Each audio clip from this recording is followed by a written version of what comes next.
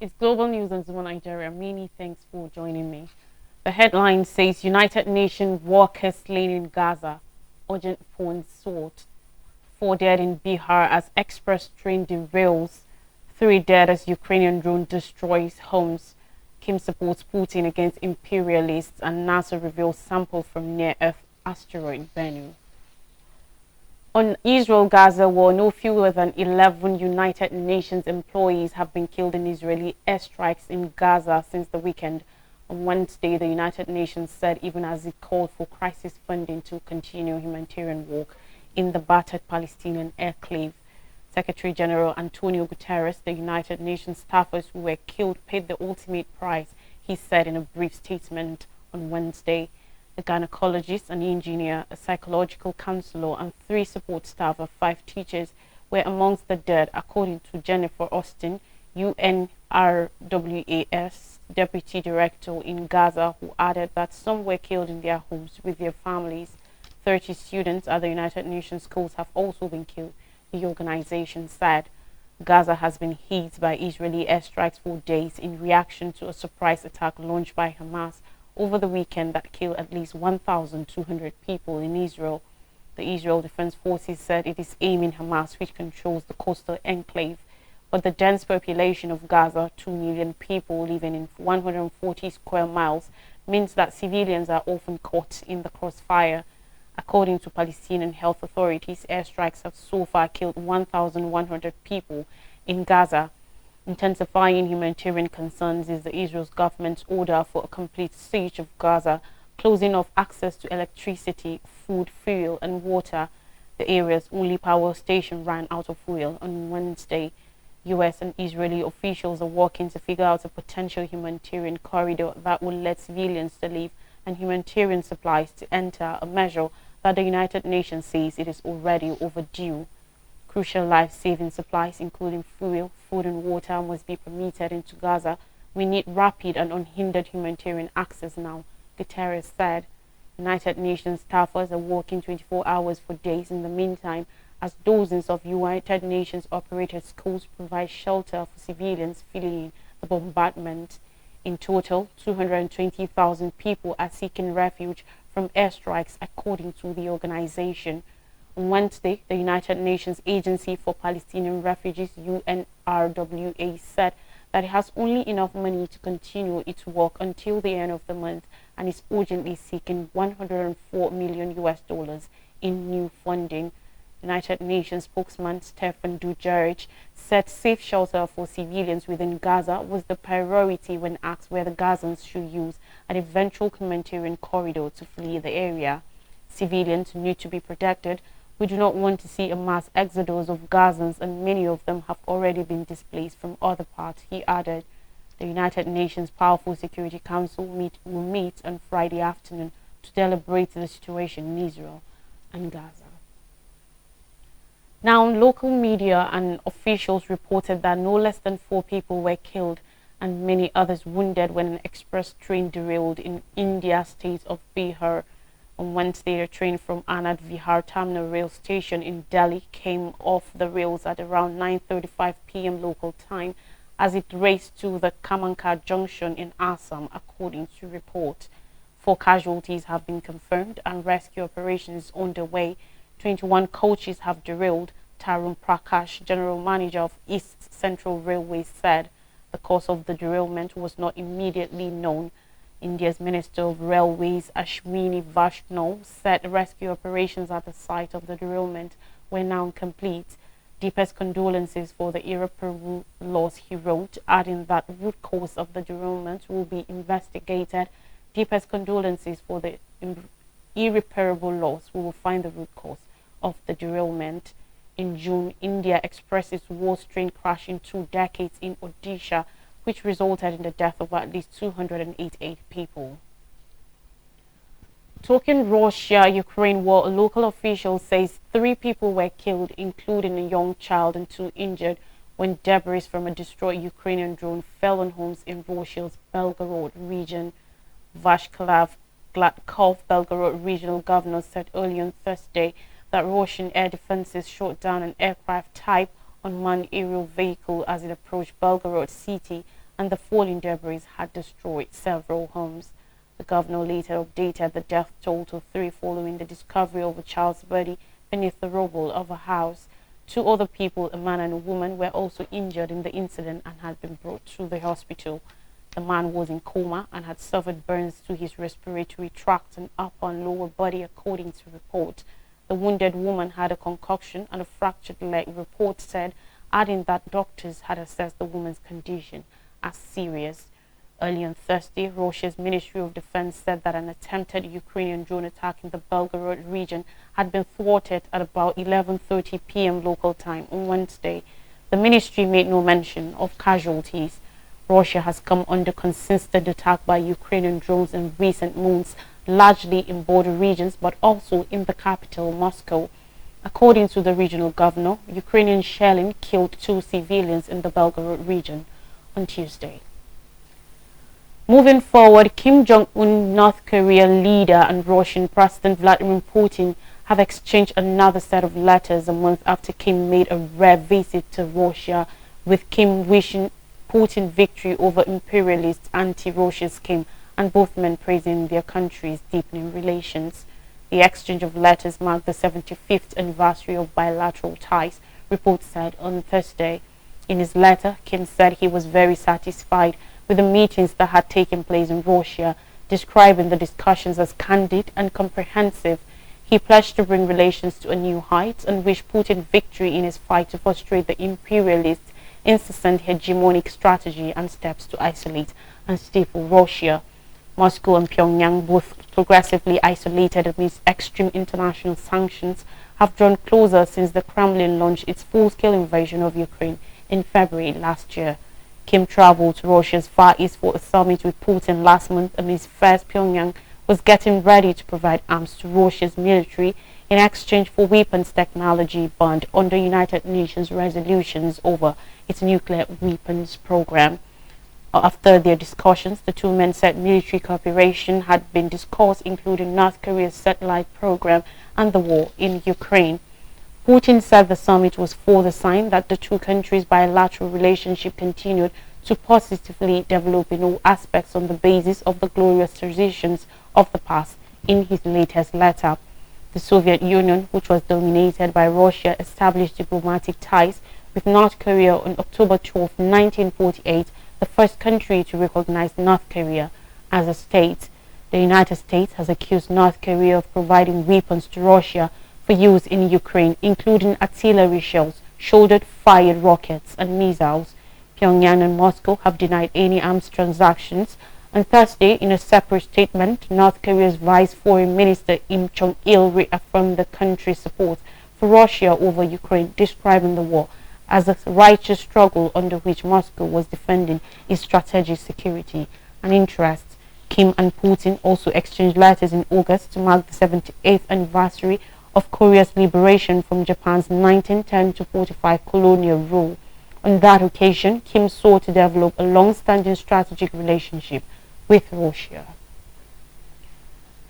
The U.S. space agency NASA said a sample of material collected from the surface of the near-Earth asteroid Bennu has been found to contain abundant water and carbon, offering more evidence for a theory that life on Earth was seeded from outer space. On Wednesday, the findings were announced as NASA gave the public a first glimpse of what scientists found inside a seal capsule that was returned to Earth last month after carrying materials scooped from the 4.5 billion-year-old asteroid's surface by the OSIRIS-REx spacecraft. This is the biggest carbon-rich asteroid sample ever returned to Earth, NASA Administrator Bill Nelson said at a press event at the Johnson Space Center in Houston, where the first images of black dust and pebbles were unveiled. Carbon accounted for almost 5% of the sample's total weight and was present in both organic and mineral form, while the water was locked inside the crystal structure of clay minerals, Nelson said. The findings were made through a preliminary analysis involving scanning the sample with electron microscopy, X-ray computed tomography, and more. The preliminary results point to a likelihood of further discoveries that could buttress the hypothesis that early Earth was seeded with the primordial ingredients for life by celestial objects such as comets, asteroids, and meteorites that bombarded the young planets.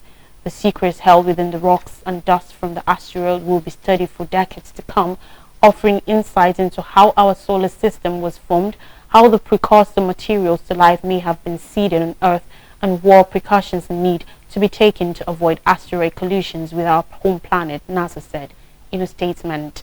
The stuff is an astrobiologist's dream, and said senior NASA scientist Daniel Glavin. Early analysis found the material seems to be loaded with organics, he said. The early findings are the outcome of the 7-year-old round trip that the OSIRIS-REx spacecraft made to the surface of Bennu before dropping off its collected sample in a sealed capsule that was parachuted back to Earth last month. OSIRIS-REx launched in 2016 and reached Bennu in 2018, then spent nearly 2 years orbiting the asteroid before venturing close enough to snatch a sample of the loose surface material with its robotic arm in October 2020. No one at Wednesday's event got to see any of the samples firsthand, just photos and video. The asteroid pieces remain behind locked doors in a new lab at the Space Center, accessible only to scientists in protective gear. On more stories on elections, minor parties may swear in New Zealand poll. The National Party's Christopher Luxon is leading Labour's Chris Hipkins in the contest to become New Zealand's next Prime Minister, but any triumph could be contingent on the support of smaller right-wing and populist parties. Less than a year after Jacinda Ardern, the darling of the international community, passed the leadership to Hipkins, New Zealand's left-leaning Labour Party is facing an election where numerous of its trademark policies, from green farming to Mario co-governance, could be rolled back if the centre-right Nationals take power on October 14th, as the opinion polls suggest. 4 years since the devastating Christchurch mosque attacks, which were carried out by an Australian white supremacist, there are also worries about the tone of the campaigning. Hipkins said during a debate last month between the two leaders of the two main parties, "I think some of our politicians are certainly playing the race card in this election." He questioned Luxon's readiness to work with the New Zealand First Party, quoting a racist statement made by one of the party's candidates. The centre-right Nationals are leading in the elections, but may need one or both of New Zealand First and the AMP Party, another populist right-wing party, to be able to form a government. Responding to Hipkins' reference to racist campaigning, Luxon told him he was willing to make the call to work with New Zealand First if it meant stopping Tea Party Maori, the Greens, coming to power. Labour's present government is a coalition with the Green Party, while Tea Party Maori is a smaller party representing New Zealand's indigenous Maori population, who make up about 17% of the nation's 5 million people. Racist campaigning during the election has not been limited to speeches made to loyal followers. It has also split over into action, fueling concern among the country's Muslim and Maori leaders. According to the party, Hannah Watsi Maipi Clark, Tea Party Maori's youngest candidate, has experienced a string of attacks, including an intruder inside her home. Still on Israel-Gaza war, Guterres cautions on Israel-Hamas conflict spill over. On Wednesday, United Nations Secretary General Antonio Guterres stated concern about crossfire along the Blue Line, the border between Israel and Lebanon, and called on all parties and those with influence over them to contain a spillover of hostilities. In a brief statement, Guterres said he was in continuous contact with the leaders of the region in the Middle East in the wake of the new war between Israel and the Islamist group Hamas, with several priorities, the first of which, he said, was to avoid a spillover of the conflict. Guterres also reiterated his call for the necessary release of all Israeli hostages held in Gaza, projected by the Israeli government at over 100 people, and remembered that civilians must be secure in any conflict as stipulated by international humanitarian law. The United Nations said there are now over 220,000 Palestinian refugees in 92 United Nations facilities in the Gaza Strip, and said that the UN staff are working around the clock to support the Gazans. He also regretted that many UN employees have already paid the price. The organization estimates that 11 United Nations workers have been killed in the last 4 days by Israeli shelling.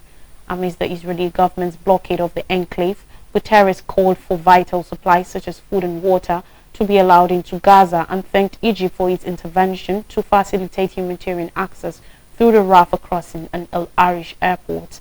Following Saturday's surprise attack by the Islamist Hamas movement in Israel, the new war enters its fifth day on Wednesday, with Gaza militias continuing to fire rockets into Israeli communities near the border.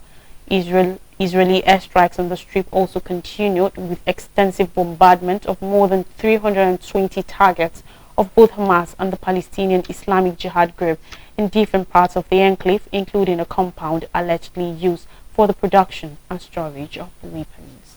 We take a quick break, and when we come back, I'll bring you more stories from Nigeria. Please do stay with us.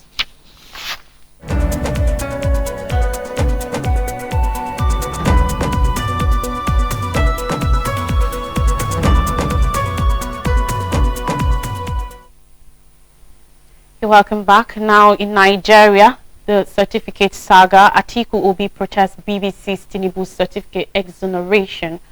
According to the BBC's global disinformation team, it found no proof that the Chicago State University CSU diploma certificate President Bola Ahmed Tinubu submitted to the country's electoral commission was fake.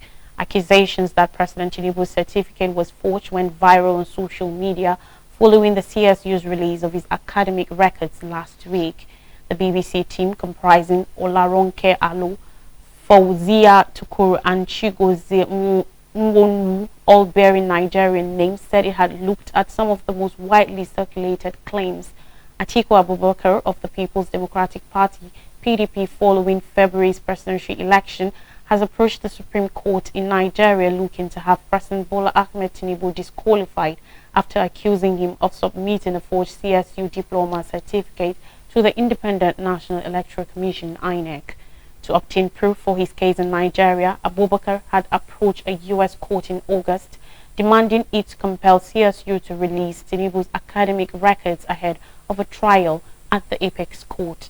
Tinubu's lawyers had opposed the discovery application, citing privacy concerns and saying releasing the documents could cause him extreme and irreparable damage, but the U.S. court rejected his plea.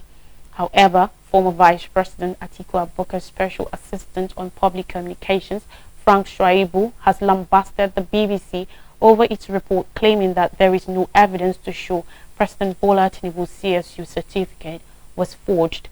The presidential candidate of Labour Party LP in the 2023 general elections, Peter Obi, on his part, has called on President Bola Ahmed Tinubu to reveal his true identity to Nigerians.